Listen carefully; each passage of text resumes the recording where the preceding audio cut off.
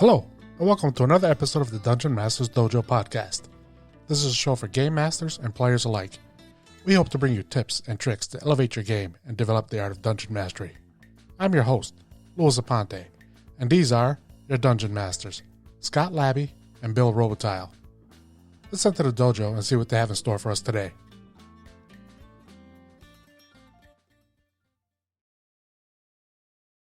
Thank you, everybody, for coming. We have invited a group of individuals to join us to discuss what we think is an important topic in gaming, and that's inclusive. Specifically, LGBTQIA+ and gaming. But before we get started, let's meet our guests. Folks, go ahead and introduce yourselves.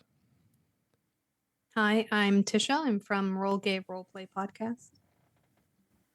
Hey, I'm Bree Skowera, and I use she, her pronouns and go by Bree. I'm a queer trans woman, and by day, I'm the Director of Information Systems for the City of Middletown in Connecticut. I also work alongside the city's LGBTQIA+ Commission and the local Pride organization to host community building events. As a gamer, I got hooked in the late 80s on tabletop playing games. I organized local gaming conventions in Connecticut like Falcon and Sticks and Stones, and run convention events under the banner of Northwind Studios' Hyperborea game.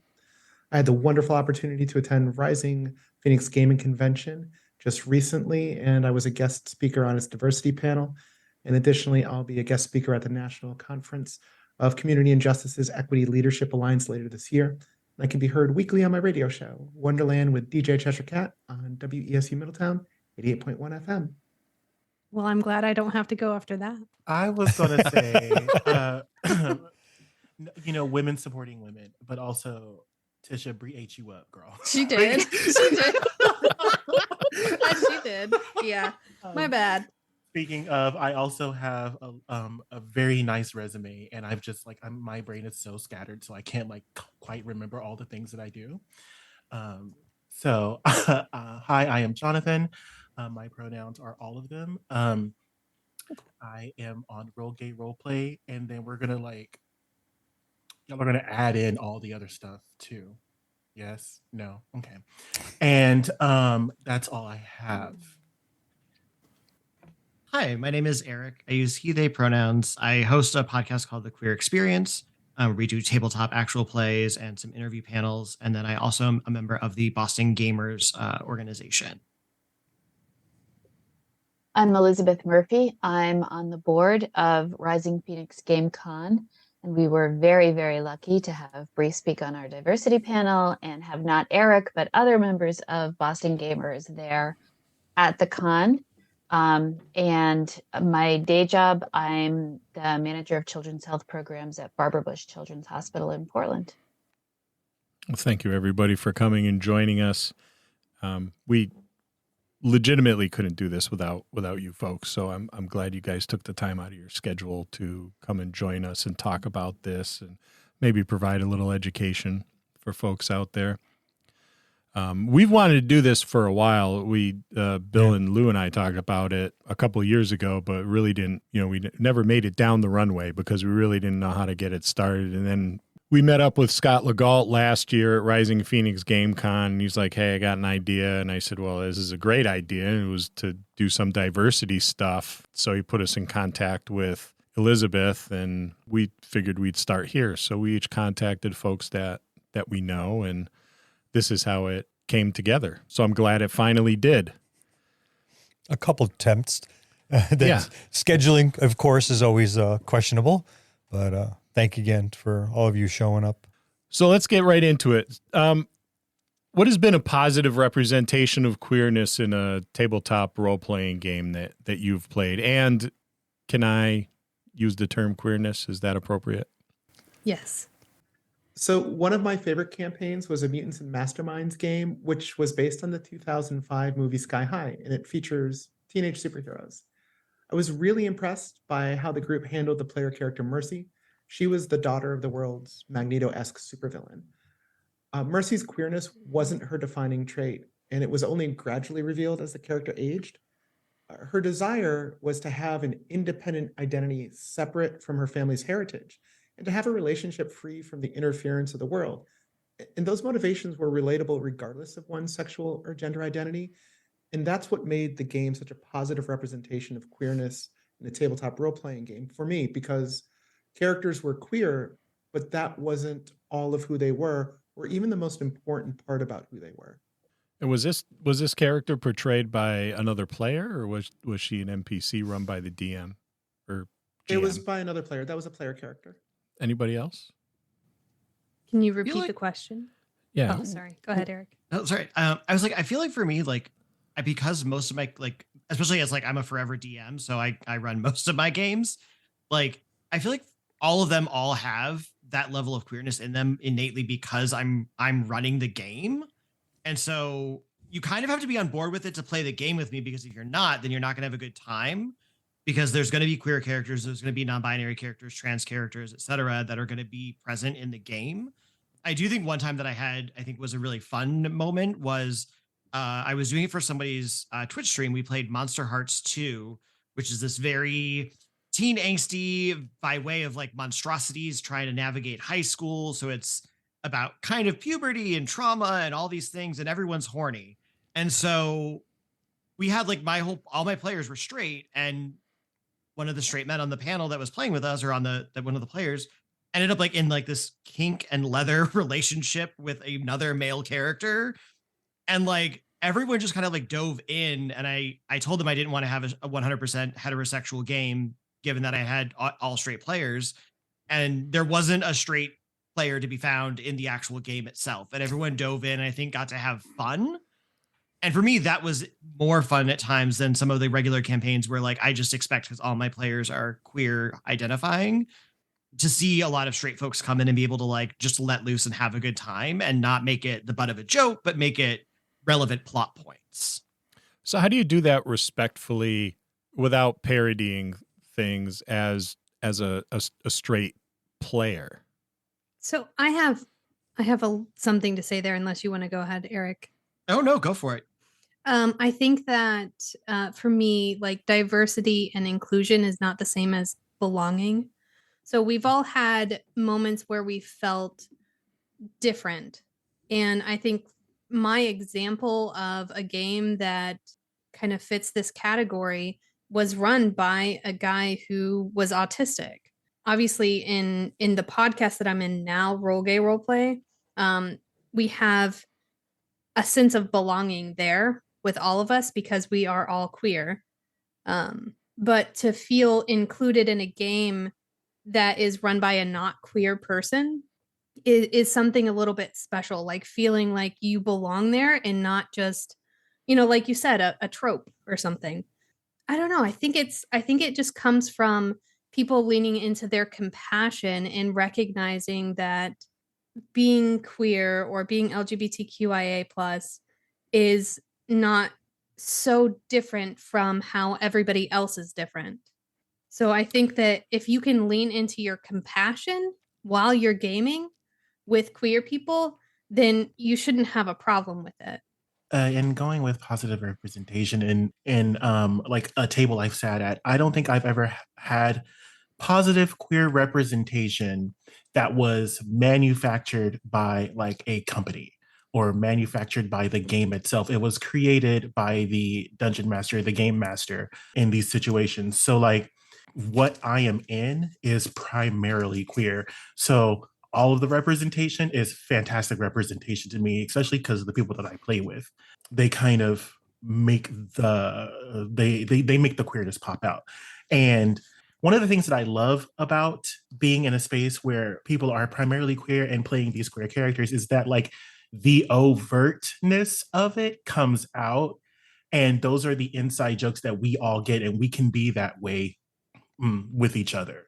And that is just such a lovely thing that happens in that specific space. And so, yeah, I think positive representation to me has been things that friends that I know and myself have created.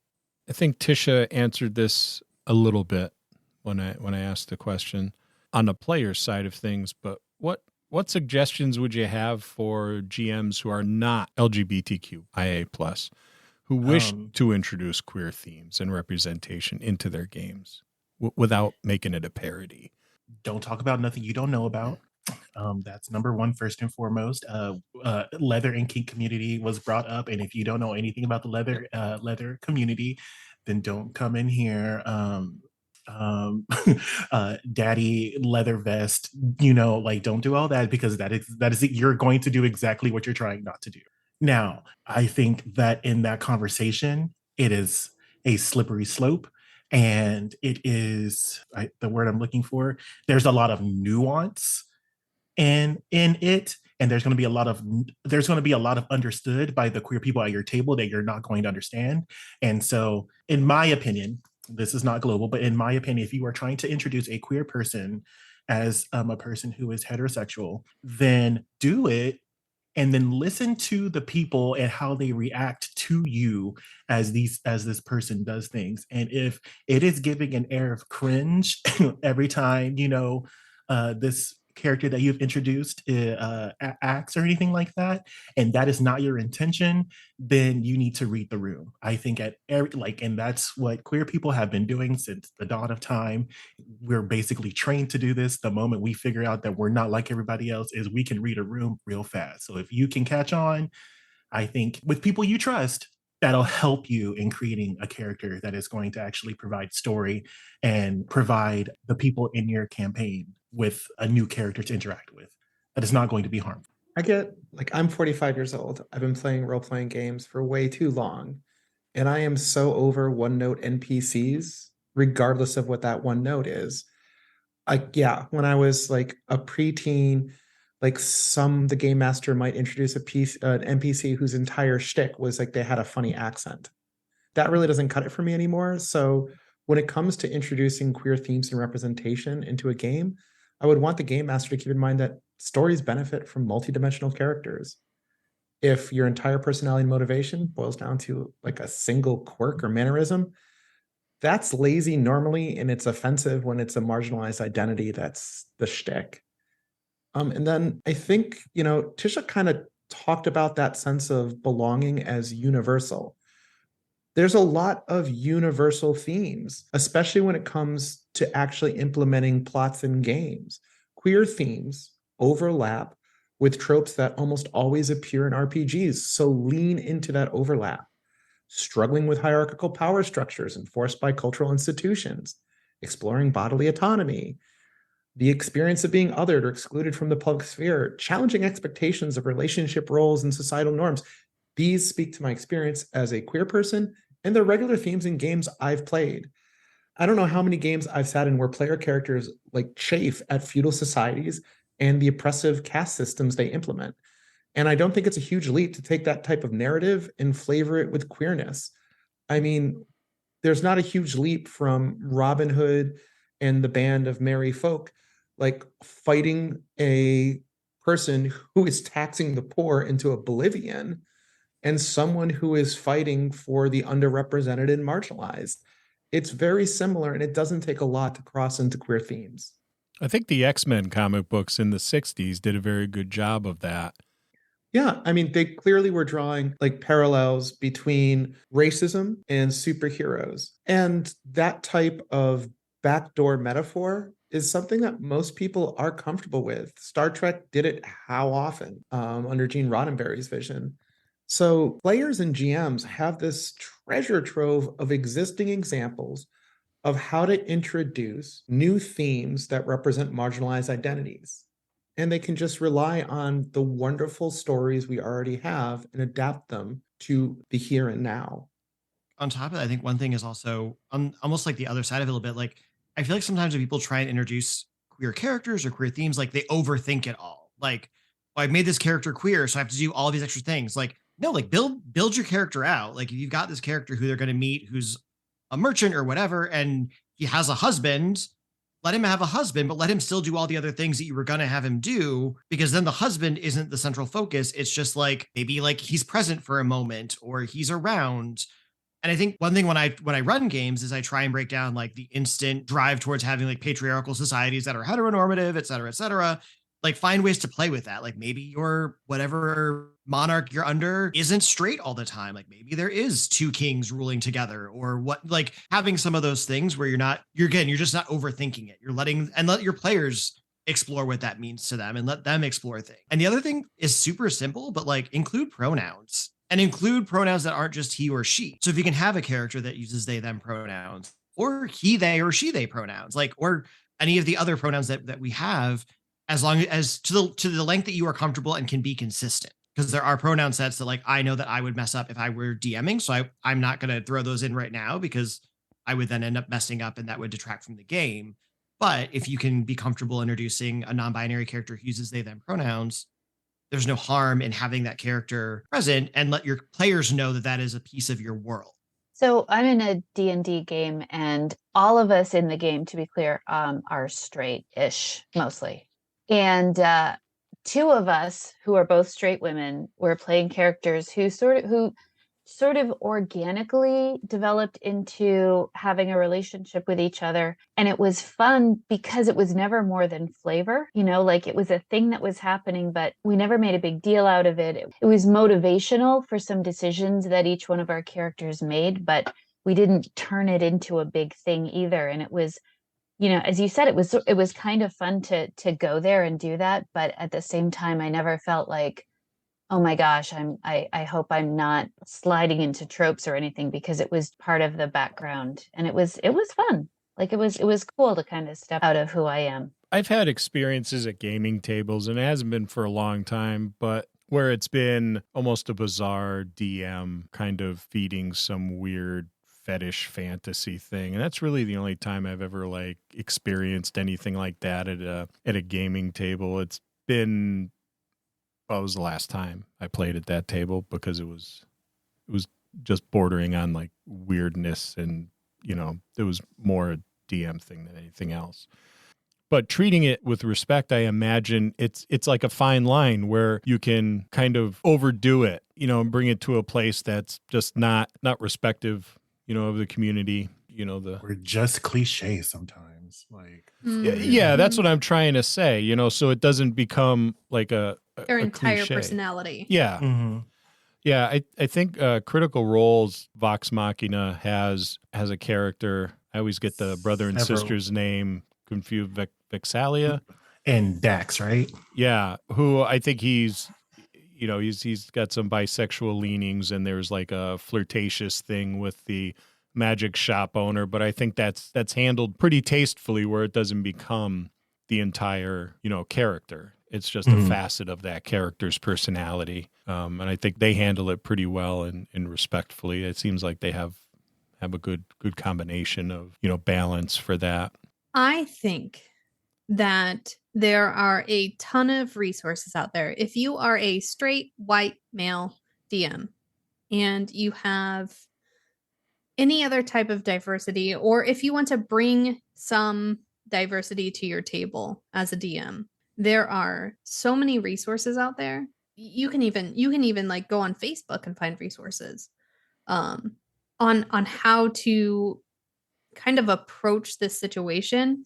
Obviously, we want this to be a point of it, but at some point for me, and I think I was questioning whether to do this, because it gets a little frustrating, because if you don't have sympathy, or you can't be compassionate enough or sympathetic enough to the constant emotional barrage that people of minority groups get all the time, and the hatred that queer and POC people get, then maybe you shouldn't be DMing and you should be going to therapy, right?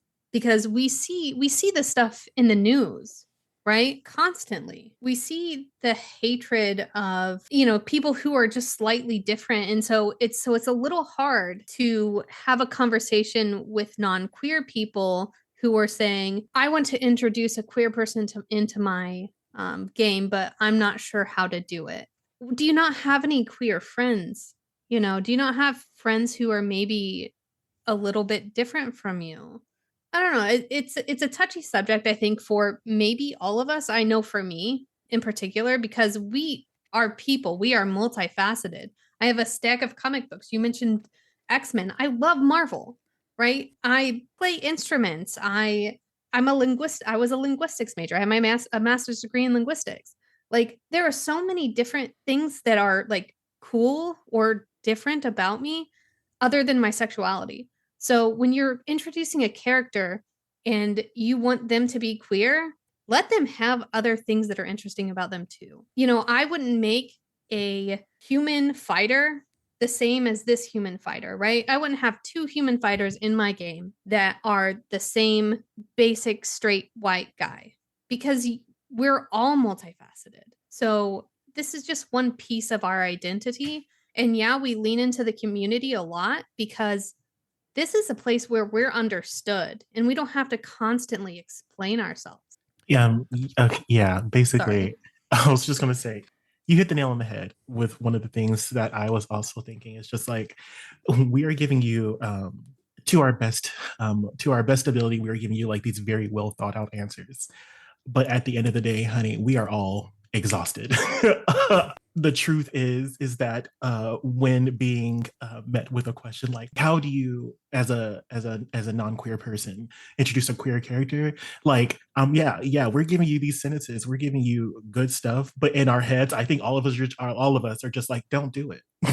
Like don't do it, like, for real. And I'm sorry, I'm not trying to speak for everybody, but yeah, it is exhausting because what's going to happen, because we've all been burned before, is you're going to mess up, and then there has to be this time where you messed up in introducing this queer person, but now the focus and you are being centered because of your mistake, and then as human beings we have to like kind of take the injury that we received off of us and then turn that into care, and then once again care about somebody else whenever the injury was done to us. So it's like, yes, learn, yes, grow, do that on your own time. And then don't use the very open and honest and understanding and loving queer people at your table as an experiment for you to bring out your creativity in a space that you're not a part of. And you may think that you have a grasp of it, but once again, there's so much nuance in it. Like, it's a tangled web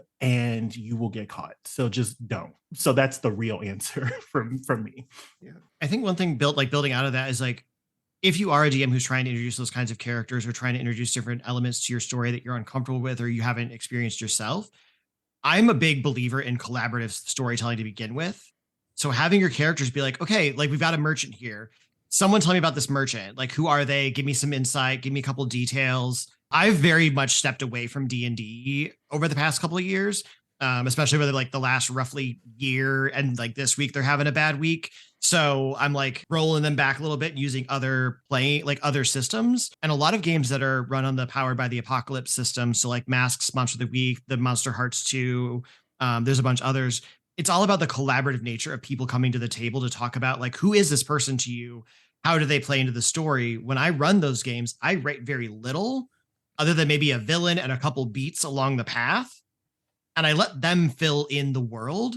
And if you have queer people at the table, they're going to fill the world in and make those moments and create that story and do that in a way that I think, even if you're not a queer person DMing, you can still have those authentic moments at the table. But I do echo Tisha and Jonathon that, like, yes, it can be it is exhausting at times when you're like, how many times do I have to have this conversation over and over and over again? And I do appreciate that you brought us in to have the conversation, because even in 2023, it's still a relevant conversation to have. It is just exhausting because I've been having it in various iterations, gaming or otherwise, since roughly 2000. So, 23 years, at least for me, that's exhausting. But I think knowing that people bring that to the table, right? Like, your players are exhausted. And so approaching it in ways that you can engage and let them collaboratively bring the story together gives that empowerment to your players to feel like they've made a space for themselves that you're helping facilitate.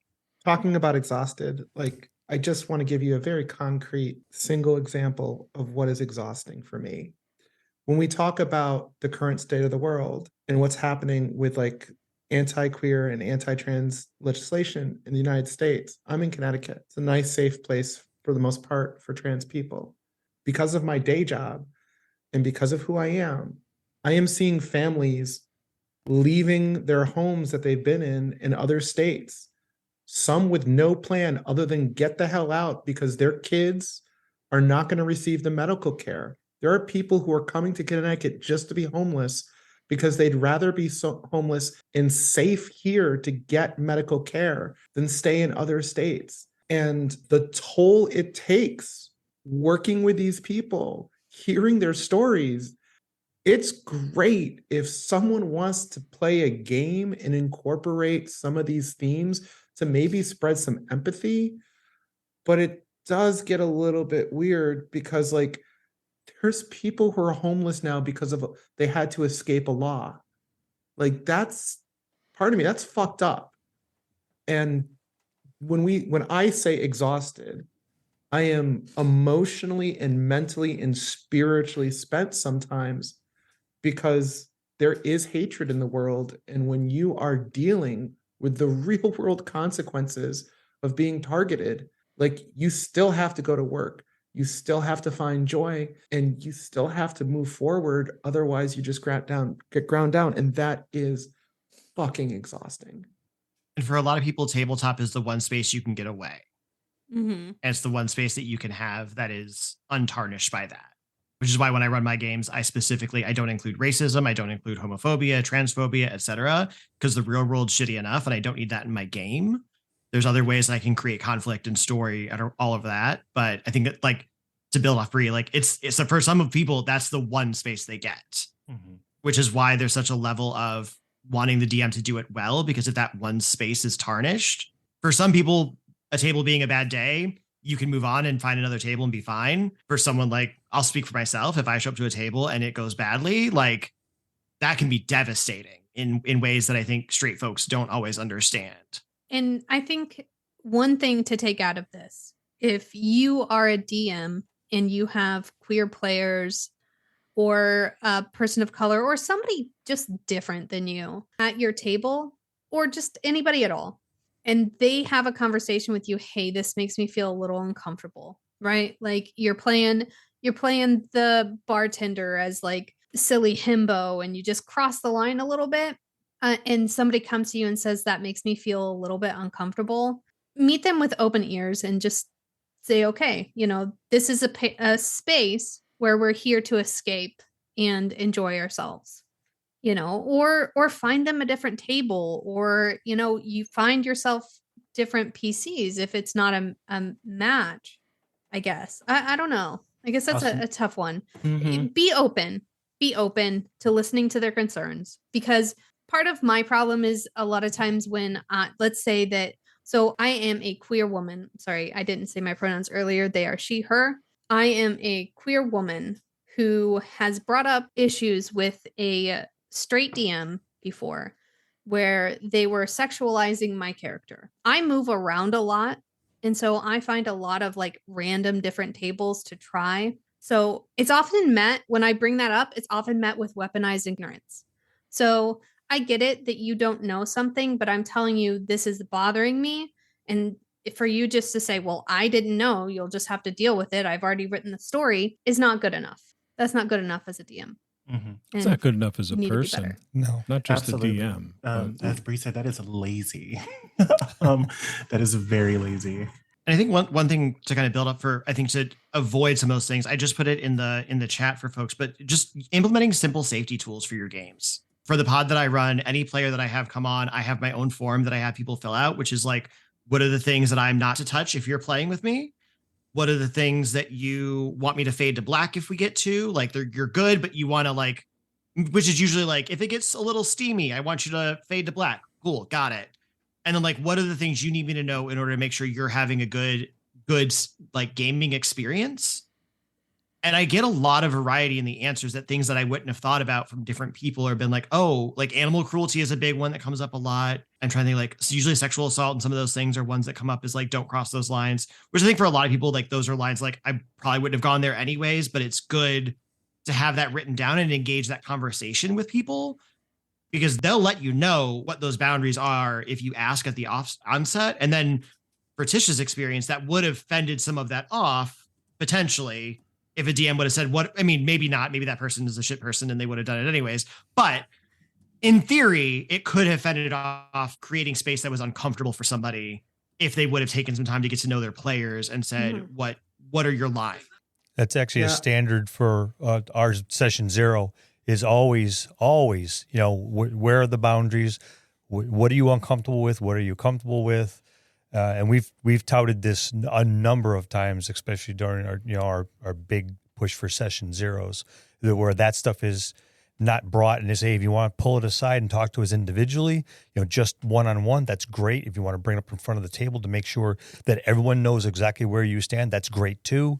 But we'll make sure we stay within those boundaries. And, to your point, it needs to be said and needs to be asked to make sure you don't cross those lines. And I think with that, like one thing to make sure is, for me, I do the form ahead because I don't want people to have to feel like they need to disclose in front of a group, especially if they don't know to give everyone that created space before we get to the table. So then when we get there, I can say, well, one, I already know where we're not going. So I don't have to, I can write that in my story. But I think for me, the comfort in the space, if it's people I don't know, I don't want to have to disclose at the onset, these are the things that will trigger me and make me upset if I'm playing. Because even sometimes saying them out to a table of people then makes questions like, well, why aren't you comfortable with this? Doesn't matter. But it can create that dynamic. So that for me, that's why I've pushed that to be a thing that I do virtually, where people can have time to reflect and write and do what they need to do. So, I mean, both different methods are valid for different people, but I feel like that's something I've discovered in my time. Well, I think with us, we're a little spoiled because our group has been together for the majority of us for a long time. So we know where those boundaries always are. But when someone comes in, it's one of those, all right, let me pull you off to the side and let me have a conversation with you. But has been other times where something's come up and then, someone just, hey, could you do me a favor? Could we nix it on that? And we stumble into a phobia or just a situation that caught them different that they never expected. And it will sometimes happen. And we just make sure we let everyone know that you can pull us aside. You can say, don't do that, please. And we'll do everything we can to make sure we don't. That's really nice. I'm a human being. I have said things that I didn't realize were inappropriate or offensive. Mm-hmm. And, I've had the experience of someone saying, hey, Bree, that's offensive to me. And this is, they don't even have to go, this is why. And I've learned to say, I'm sorry. I appreciate you pointing it out. It won't happen again. I'll try better. Just acknowledge, move on. Mm-hmm. And I don't make a big deal of it when it happens at the table. Don't get overly concerned about apologizing profusely, because that makes it even more awkward for a lot of cases. If the person wants to talk to you more about it offline or in another situation, that's fine. Just, it's a mistake. You're being educated. Thank you for the opportunity to do better. Do better. And I think that if you're a DM, I guess you have to figure out where the line is between correcting a person at your table for acting inappropriately, right? If you do it at the table, if you do it afterwards, a lot of the time I have had experience. Like I said, I've joined many brand new tables because I moved to a new city and there is a new person DMing and new players that I've never met. And having that experience where a DM told another player character that it was inappropriate to, makes weird sexual advances towards a barkeep or something. It was good that they stopped them at that moment, right? Right, because it's definitely that's the DM establishing what their table is, right. And what their table will not be. And that creates such a dynamic between those people that were also kind of feeling the cringe from that moment. And then the DM stepping in so that the exhausted people don't have to do the work is, yes, absolutely. You have to establish the culture of the table absolutely as the GM. And I also want to just acknowledge, listen, we talk a lot about the game master responsibilities as if that person is wielding the authority over the table. And I started playing old school D&D, first edition OD&D, red box, all that stuff. That adversarial relationship between the person behind the screen and the players, the conflict, the control, totes get that.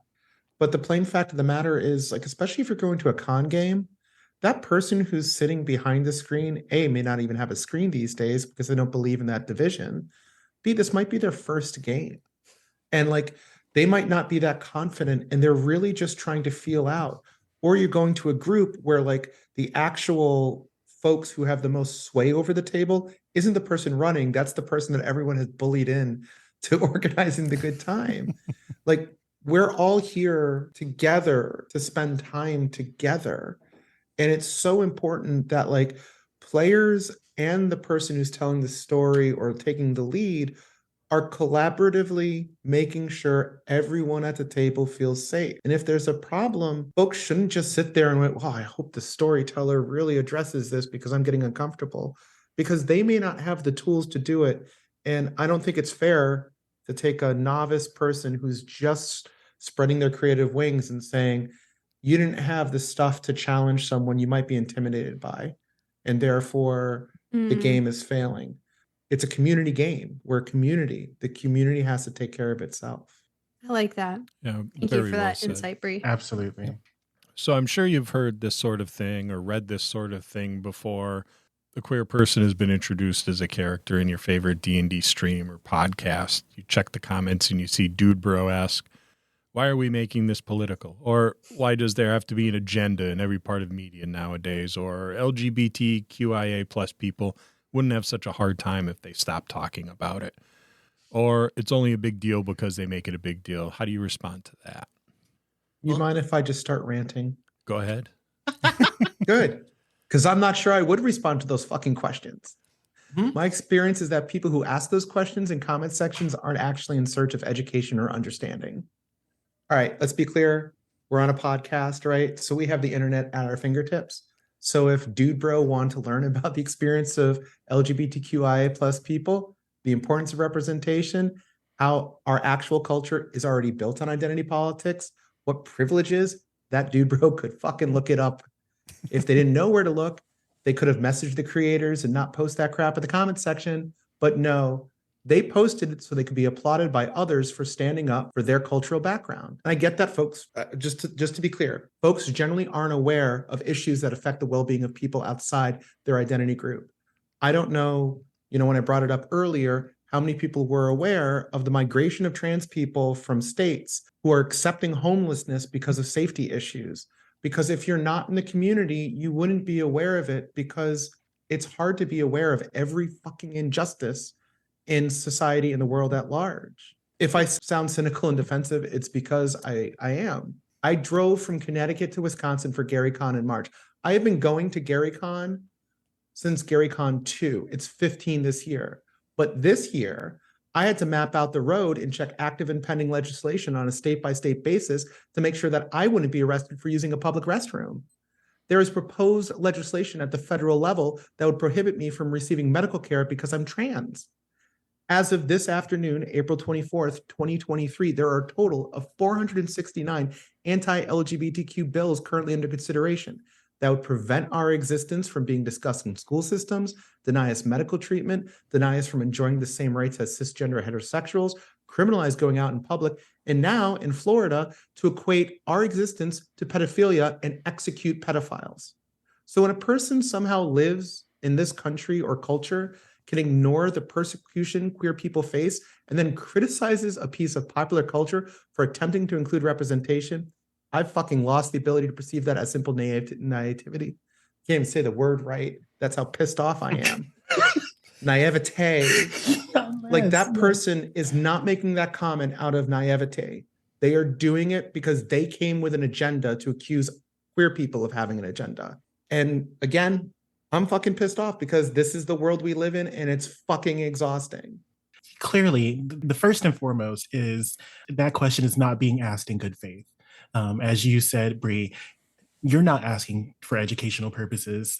You are not going to listen to anyone to actually listen and hear stories of queer people or marginalized folks. You are listening to respond and to rally your troops together and be ignorant as hell over a damn game. Like, number one, it's a game. Number two, it means a lot to a lot of other people, and you can't realize that because it's not a circle that you're a part of. But that's not the issue. It's your lack of empathy. That's just disgusting. That really is just like, it's pervasive. The other thing is, there are so many times where we deal with, where I, as a queer person, see cisgender heterosexual things happening in gaming. And that is not seen as an agenda. It is not seen as political. It is just people existing in a game, or the creative processes of a person who made this thing happen. And I don't understand why that same amount of not politicizing something can't be extended. I really do understand, and I'm trying to be very sweet, but like, it's literally just because you don't want to, you know, you don't want to. So my other comment about that is like, when that comment is made, like, I immediately say, well, honey, you're asking the wrong people, because we were fine with just having the person there, but there are cisgender heterosexual people who have made this political, who have made this an agenda, and that you should be talking to them about this. You know what I'm saying? Like, all we want to do was play the game with the high femme queen and have a good old time, but we can't do that because y'all have made a narrative out of this, and that's something that y'all need to sort out. That's not us. I think I've got like a twofold quick answer. The first one is, if I don't have the time and energy or capacity, we just block and move on, because fuck off. And then the second part of that is, if I do have the time, energy, patience, etc., and I'm feeling gracious enough to give you a learning opportunity moment, usually my response is kind of like, tell me why that's political. I want, like, if they're like, you're making this woke and political. Okay, like, tell me what does that mean? Like, what does that mean that I've made it political? Like, I'm a queer person playing a game where I have a queer character. Can you explain to me how that's political? And I will keep asking the, like, tell me more, why, etc. It's probably more in person than on Twitter, because Twitter's a cesspool, and I'll just block, because, you know, John 1 2 3 4 5 6 7 8 9 account made 2 days ago. I don't care about you. But in person, it's a tell me why, tell me more. What do you mean woke? What do you mean political? Until we've gotten to like a very core of it, where it's just that there's something that's different that you don't understand, and therefore it's scary and you don't know what to do. Now, that takes a lot of energy and time and patience with somebody, and I probably won't do that with a random person. It has to be somebody I'm like tangentially connected to in some way, have a pre-existing relationship with. But usually when you push and make those questions, you dig in, and like, of course, like, nobody can define woke for you. Like, if you ask that, they literally can't define it. You know, same thing with, like, you've made it political. Well, how? Well, you've got this character. Well, how are they political? Mm-hmm. You know, like, they're doing everything everyone else is doing.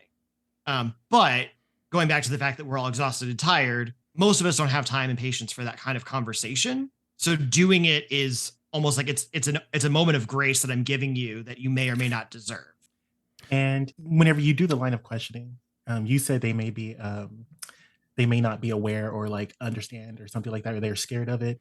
And also, 9 times out of 10, when you ask enough questions, it always boils down to homophobia, transphobia. They are just eventually just going to tell on themselves, you know. Well, I just don't like gay people. Like, that's literally what happens. And you corner them, and you put them in the hot seat, and they vomit their hatred.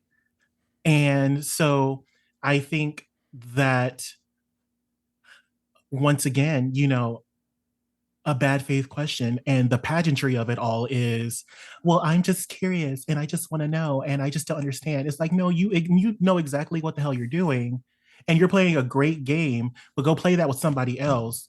Because, honey, I like, whenever things like that happen and I see it, like, and that's the reason why this question was brought up, because I was literally on TikTok watching a video, and it was talking about a Kimberly from Street Fighter, and they were like, well, why is this character such a stereotype because of her dress? It was very urban and yada yada yada, but it was like a non-Black person having this conversation, which, number one, that's not your place, and then number two, like, the people that were in the comment section were just enjoying the fact that it was like a well-dressed character that had a storyline, and we couldn't enjoy that moment because, once again, you had, like, someone had to come and invade that space where they didn't belong. So it's like with questions that were not, you knew what you were doing, and I don't like you for that. So usually it always just boils down to you're a hateful person.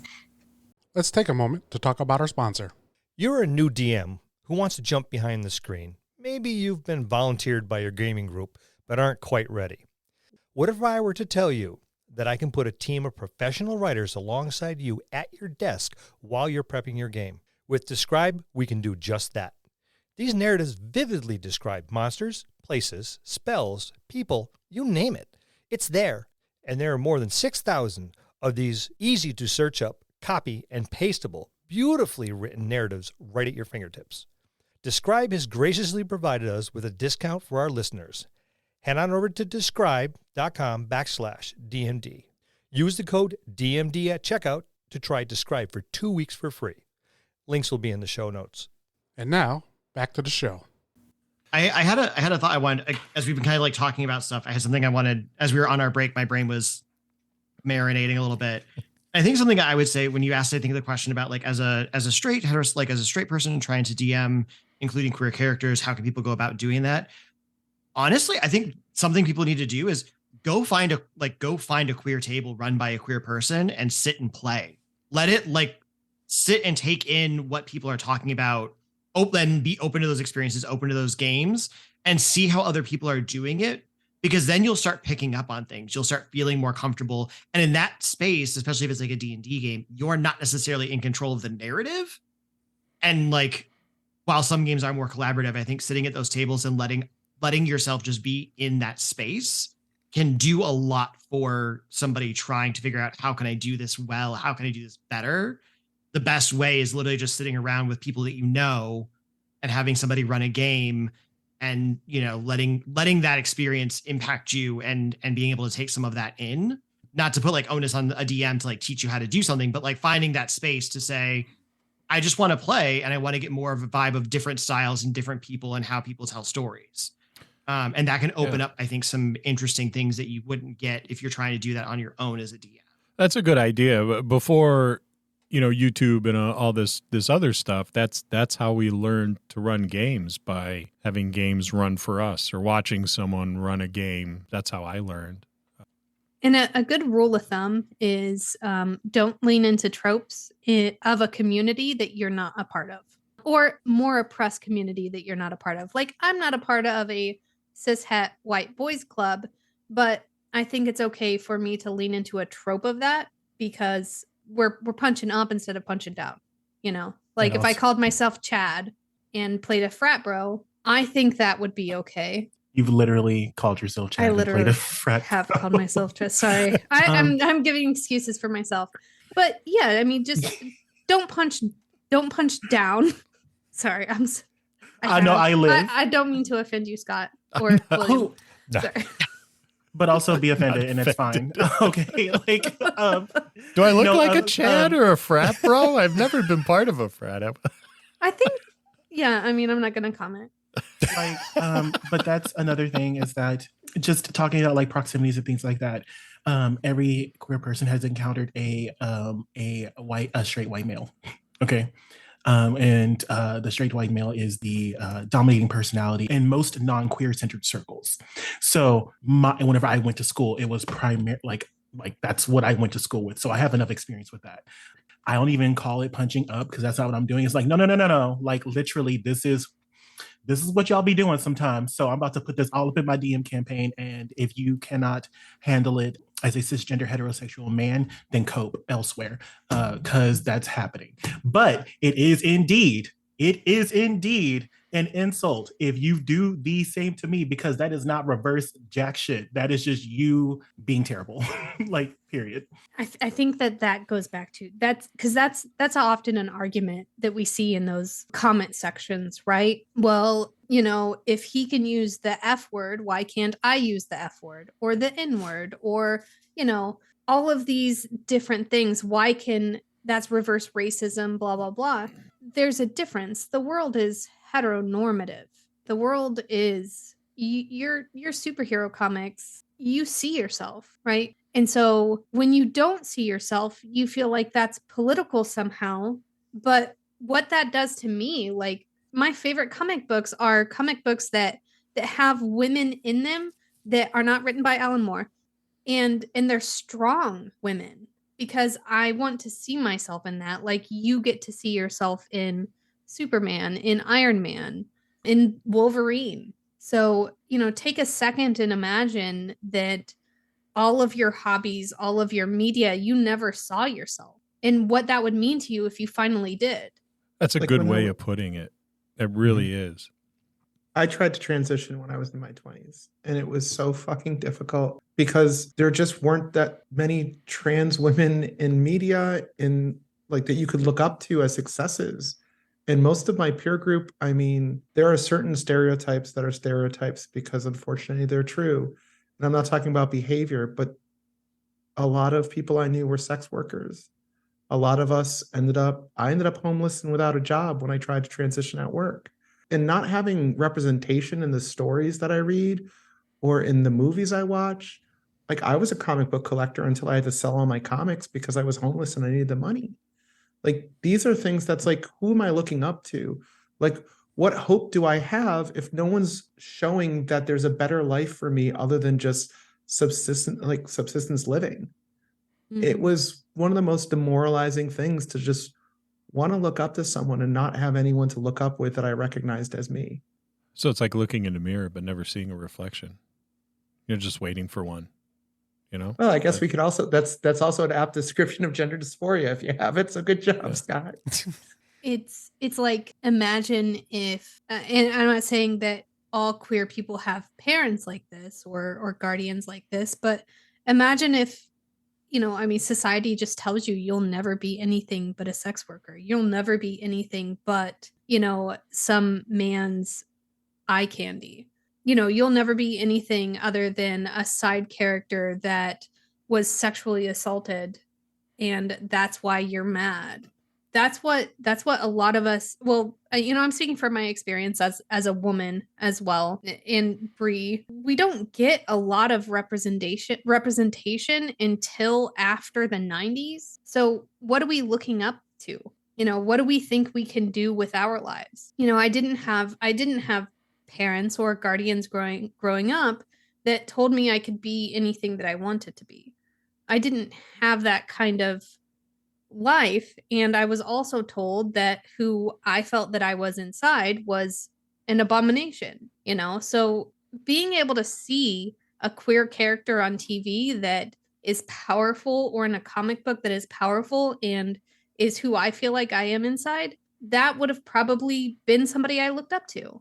Sorry, I think that builds out into the tabletop gaming community as well. Like, how many books, like how many rule books do we probably all own that only reference people as being male, or have relegated gender to certain classes or certain things, right? Like, you read the barbarian description, it's always going to be read in a certain way.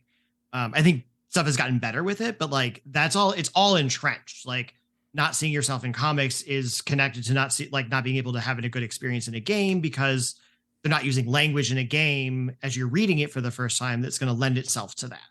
If they talk about romantic partners or different things, they're always going to default to like heteronormative gender pairings. And so like it all comes together, and it makes for an experience by the time you finally get to the table that like, am I actually going to get a fun experience at the table today?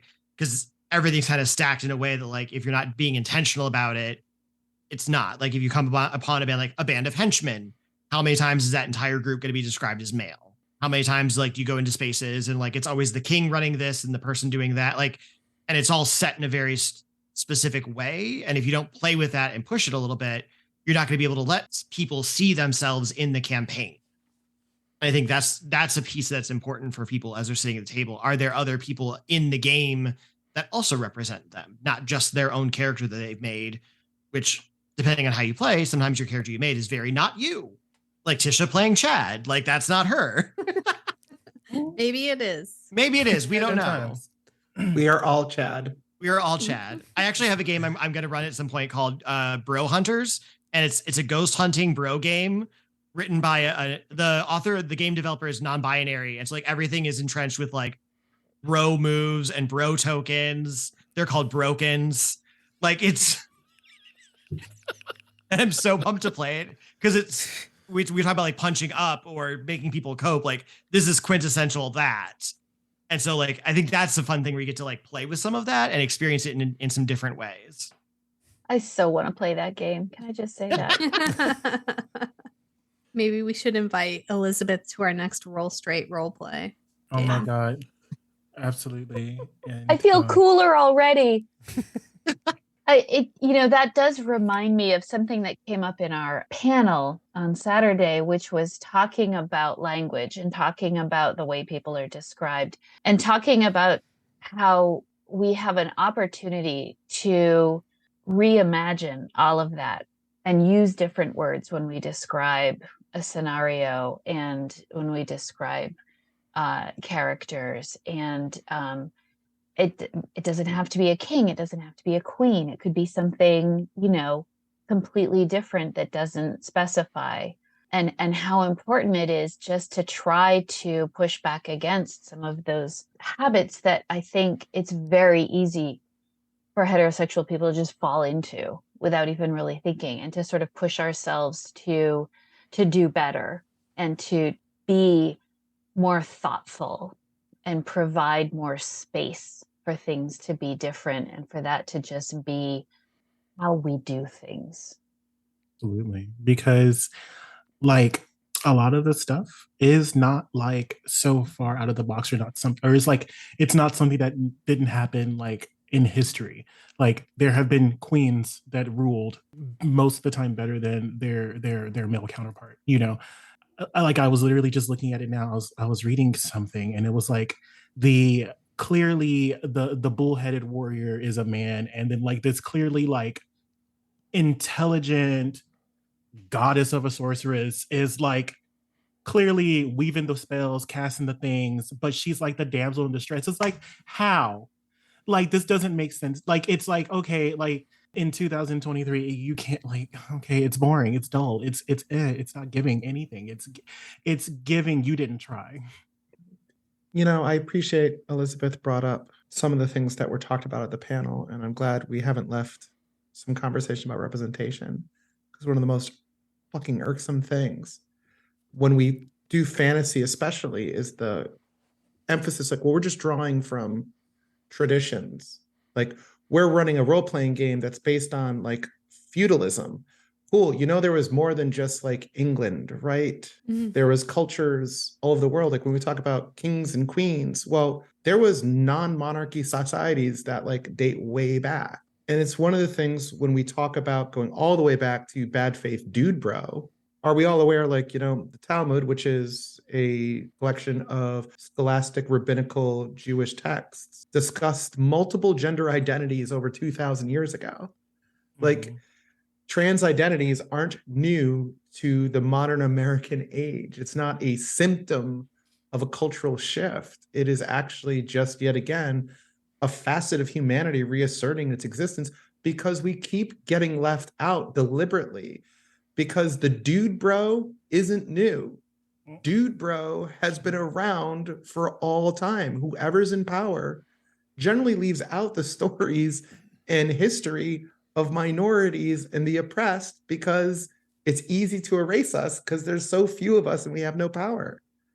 And we replicate the stories of the people who decimated and destroyed minorities. So we forget that minorities and other gender identities and other sexual orientations ever were prevalent in other societies, because we're not allowed to teach those stories. Like, legally, there are areas of our country where you cannot teach the existence of these stories and the historical fact that queer people have been around as long as there's people. There was actually there was one point in human development that there actually weren't queer people, because there was really no distinction between who was fucking who was attracted to who. That's just human development and civilization. So when we talk about representation, we're really just trying to get back and rediscover the stories that we have been forbidden from telling and the histories that were deliberately erased. We're drawing from historical references, and this just, so y'all know Final Fantasy 16 is coming out. And y'all, I'm sure y'all heard what Miss Thing said about not having Black people in Final Fantasy 16 because it wasn't historically accurate, and they wanted to root the game in reality, because it was like, I guess it's going to be a medieval Final Fantasy, and Black people were not created until after the medieval era. So it's like, like mama, do you hear what you're saying right now? And then do you understand that like so many people wanted to buy this game and now they have like reservations because of you deliberately removing a group of people because it doesn't fit what you want. And that and like you were saying, that happens so much throughout history. And it's like y'all really just thought that like we're brand new, like we're new, we came from Africa through the Middle Passage, and that's where it all started, you know, like, okay girl, so yes, don't do that. I don't know how close to the point this comment reaches, but I think that, you know, if we're going back to gaming, you know, exclusion in gaming and nerd groups isn't new. I think that you know, a question was posed to our RGRP podcast because our name is Roll Gay Roleplay. Like we have the word gay in our name. And there's a reason for that. Because, you know, as open and accepting as tabletop gaming is supposed to be, right? It's open and accepting to a certain group. And all of us have been, I wouldn't say surprised, but taken aback by how we've been treated by people who look like you, Scott, or like you, Will, or Elizabeth. You know, we're not, or like me, people who look like me. Like I said, we're not surprised by it, but we're always taken aback. And so creating an inclusive space where you know you will not be surprised by all of a sudden I'm going to say something that hurt your heart or hurt your feelings. And I mean, I still might, but you know, not about this. This is a space where you can take a break, which is exactly why we named it what we named it. You can take a break from being exhausted from the disappointment of homophobia. It was definitely intentional. Like we were making it queer intentionally and deliberately so that there would be no gray area as to what our podcast is about. We gay as hell. We're queer as fuck. And you can enjoy that experience with us and be in a space. Us calling ourselves Roll Gay Roleplay was intentional and deliberate. Because, you know, with Comicsgate, with Gamergate, with the constant use of the word faggot, and you can bleep that if you want to, you know, cocksucker, queer, you know, like all of those things being used as slurs against us all over gaming. This is a spot where you're not going to hear that as a slur against yourself. And I think the kind of build like real quick, and I know Scott, you had a question, so I'll let you do it, but I just want to say like two small things. One is when you talk about game systems and like how a lot of them are rooted in like feudalism and like all these things, like there's so many systems. There's one that I wanted to play at PAX East, but I didn't have the time for it, was just called Coyote and Crow, which is a tabletop game that is designed around indigenous First Nations people without colonization happening. Mm-hmm. And what does that world look like? And how does that transpire and do things? So if you're talking about trying to find systems, I think that lend themselves away from a certain perspective, the indie world is bursting with them. And Coyote and Crow is, I think, a little bit bigger than an indie brand. I could be wrong on that one. I'm not sure who published that, but like I go on itch.io all the time. I couldn't even tell you, I have like 800 games that are sitting in a folder somewhere that I bought in bundles and whatnot that represent so many different things that I think you can kind of lend to some of those narratives or stories or histories that you're looking for. Mm-hmm. And then I echo what Tisha and Jonathon said about naming a podcast. Like mine is the QueerXperience, the QueerXP. I couldn't have made it more abundantly clear what you're going to get if you listen to an episode. Mm-hmm. And I'm fortunate, I think it's because I'm still small. I'm still small game podcasting right now. So I haven't run into as many people being like, what the fuck is this? But like, it's the brand. Like it's exactly who we are. It's what we do. And if that's not your thing, then go find another podcast, because there's hundreds of other podcasts that probably will speak to your experience more than mine does then. Is it okay if I follow up on that for just a second? Sure. So putting on my Rising Phoenix hat for a minute, let me just pause and say that I often fail to truly appreciate how much courage it must take to walk into a new space.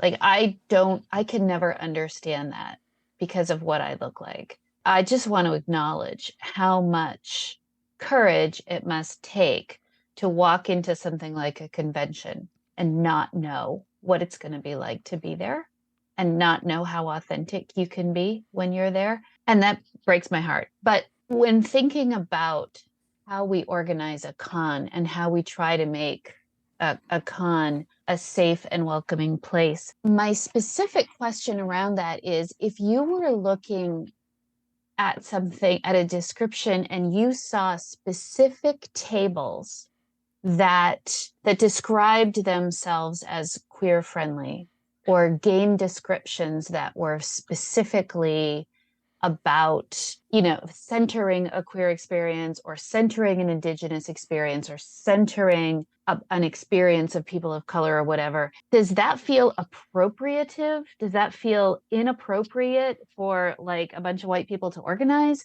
Or does that feel like a genuine space that is welcoming?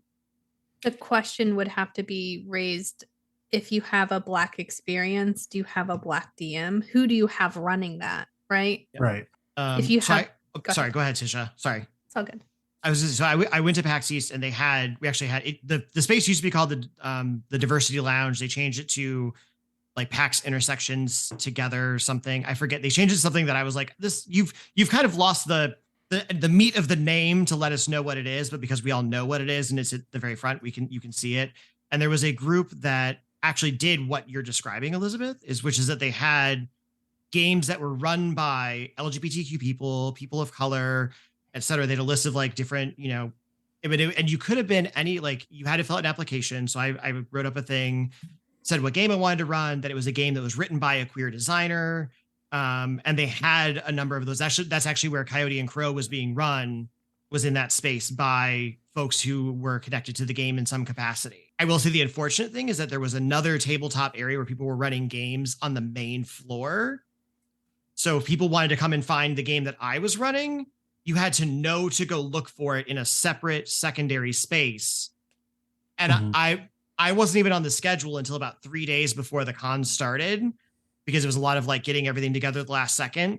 So when people went down to the tabletop area to look for games, no one found Eric Crumrine running Damn the Man, Save the Music. They had to go up to PAX East Intersections Lounge and find it, which is why the first game I ran for like a family because they were a friend of a friend who wanted to play it.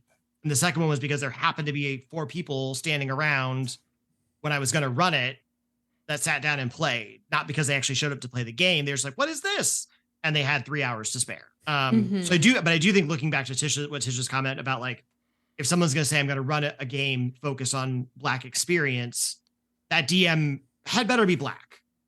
Like, if they're going to say, I'm going to run a game that's about being Black in some capacity. But I think there's a way to frame something in, this is a space where we are highlighting marginalized voices and marginalized players or developers, and how can we make sure, because there were a lot of cool games I think people didn't know about prior to going into that space. In our community, like the community I live in, I mean, there's a big push to like put together directories of Black-owned businesses, queer-owned businesses, woman-owned businesses, trans-owned businesses, Indigenous-owned businesses, because folks often do want to patronize and participate and support communities like that.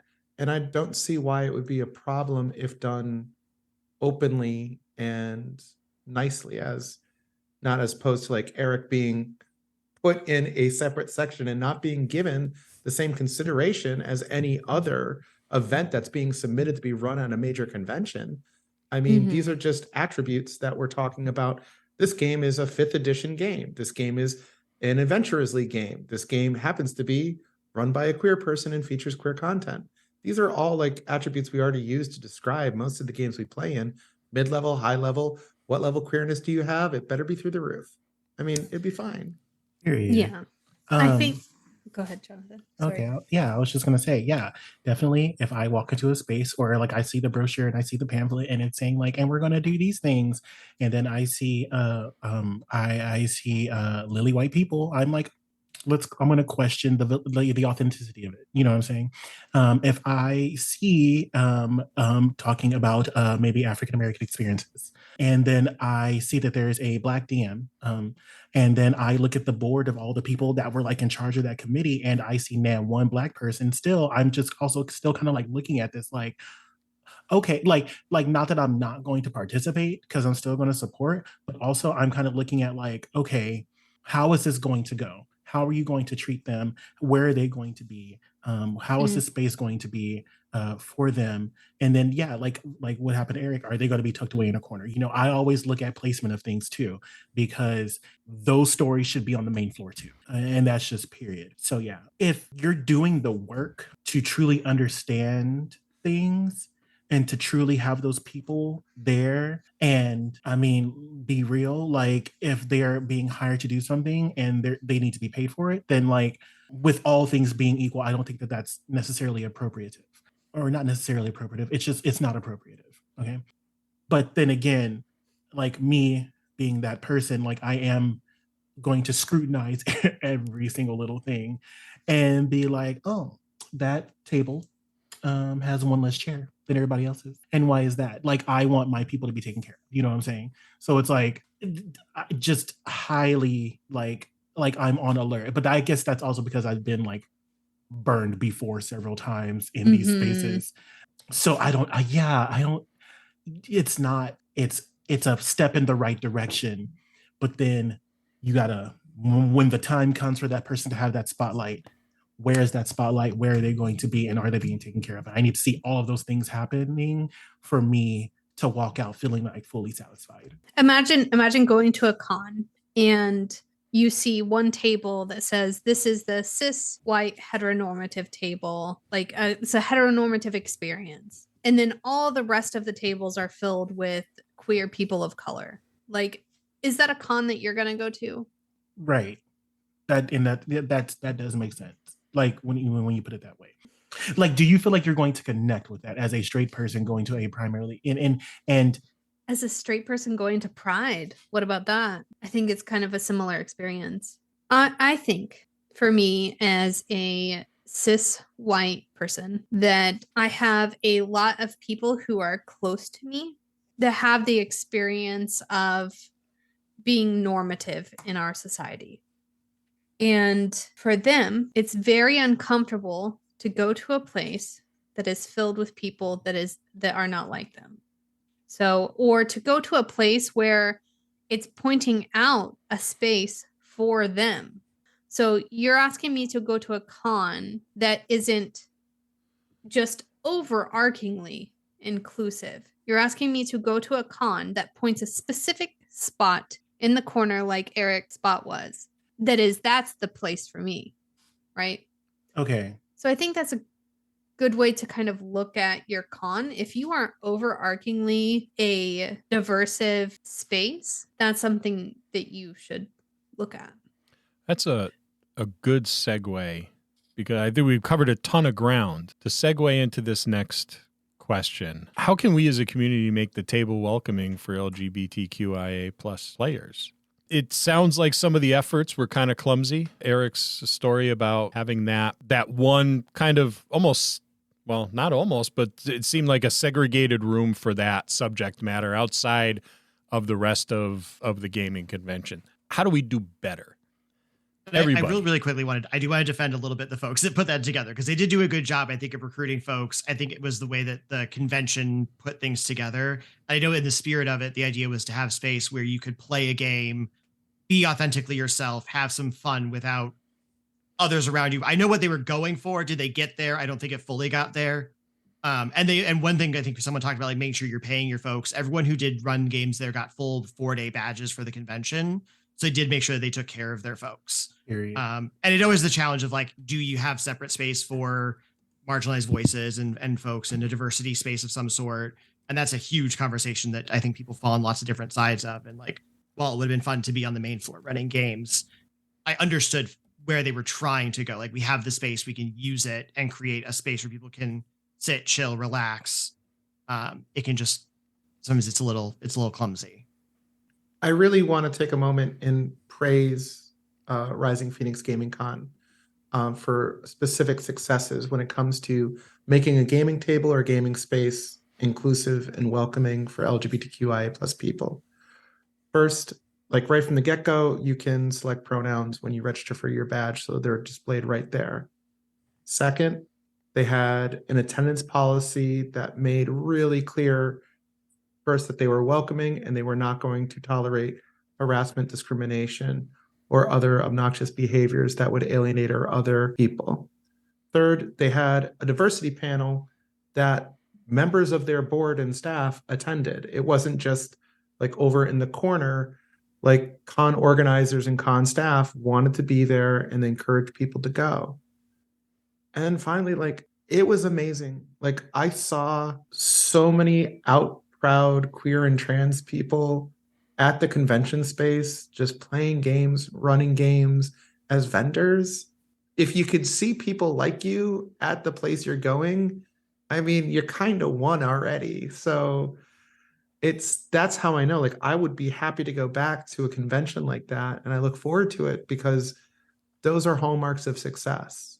And almost everyone I played with, very respectful. They were using, like, safe role-playing game tools. Folks were using X cards or black cards if appropriate. Like, this was just a great opportunity to see, like, a con really doing a good job in their second year of making a space that was for everybody. So congratulations to Rising Phoenix Gaming Con. And if folks want suggestions on how to make their gaming space or gaming table feel welcoming, I'd say communicate with Elizabeth and their board and take some lessons from someone who's doing it right. It is a good vibe. Aw. That con has a very good feeling going into it. It's different than other ones. I don't want to take away from any of the other ones out there because I've really enjoyed myself. But I think Rising Phoenix is it's special. It's a really good culture, good vibe, spot on. You guys are going to make me cry. Let it out, friend. Advice for DMs that want to make their tables more welcoming. And players. Do the work. Get the education. Google has been free since it became Google. The thing is that like I am not an expert on queer issues and I am not an expert on Black issues. I just have my experiences, and my experiences translate to a lot of people that share those same circles with me. Google has experts in these fields that are us, that can eloquently and beautifully articulate progress, that can eloquently and beautifully articulate injury, how that reflects in what you've done, and how you can better do the things necessary to have a more welcoming and inviting table. So that work has to be done. That work has to be done in your daily it is so weird to say this for me, but like, we are playing a game, but the way you act outside of that game literally will reflect some way in the game itself. It will. So if you like to play pretend and pretend that you are quote unquote progressive or quote unquote woke and things like that, but your friends are, whenever you go to the bar with your buddies and they are doing those things, that would be injury to queer folks and people of color and Black folks, like, you're going to tell on yourself. So don't do this thing and invite people to your table if it's not genuine and it's not authentic, because you will set yourself up in the worst way possible. So do the work. Find the Google and the YouTube, watch the videos, find the experts, listen to their voices, and then listen to the voices of the people that are very much around you, because they are a great resource as well for you to in your venture into making your table more inclusive, and for the players at that table to be more inviting and welcoming to their queer family and queer counterparts. I totally agree with that point. If you have a separate game where you invite your buddy Johnny, who, is homophobic, and you're like, well, that's just the way he is, the acceptance of that into your mindset, and then trying to be like, well, I'm inclusive. Just don't. If you allow a friend to stay a friend in that sense, it's, I guess it's dishonest, right? It's dishonest for you to say, well, I'm open and I'm accepting and I'm a person that you can, trust with your free time or with your friendship. You're being dishonest And once we find out, it's going to hurt a lot worse. Because that's not just Johnny being Johnny. That's Johnny literally harming us. That's Johnny voting for people who are passing laws to where, I can't be a teacher in Florida and speak about my wife. That's not just Johnny being Johnny. Because Johnny still doesn't view you as like a fully idealized human being. Right. To Johnny, I'm a second-class citizen. I don't want to play a game with somebody who thinks that that's okay. I think like stuff for DMs and players, I think it goes back to like a couple of things I've already said. I think one, safety tools are a must.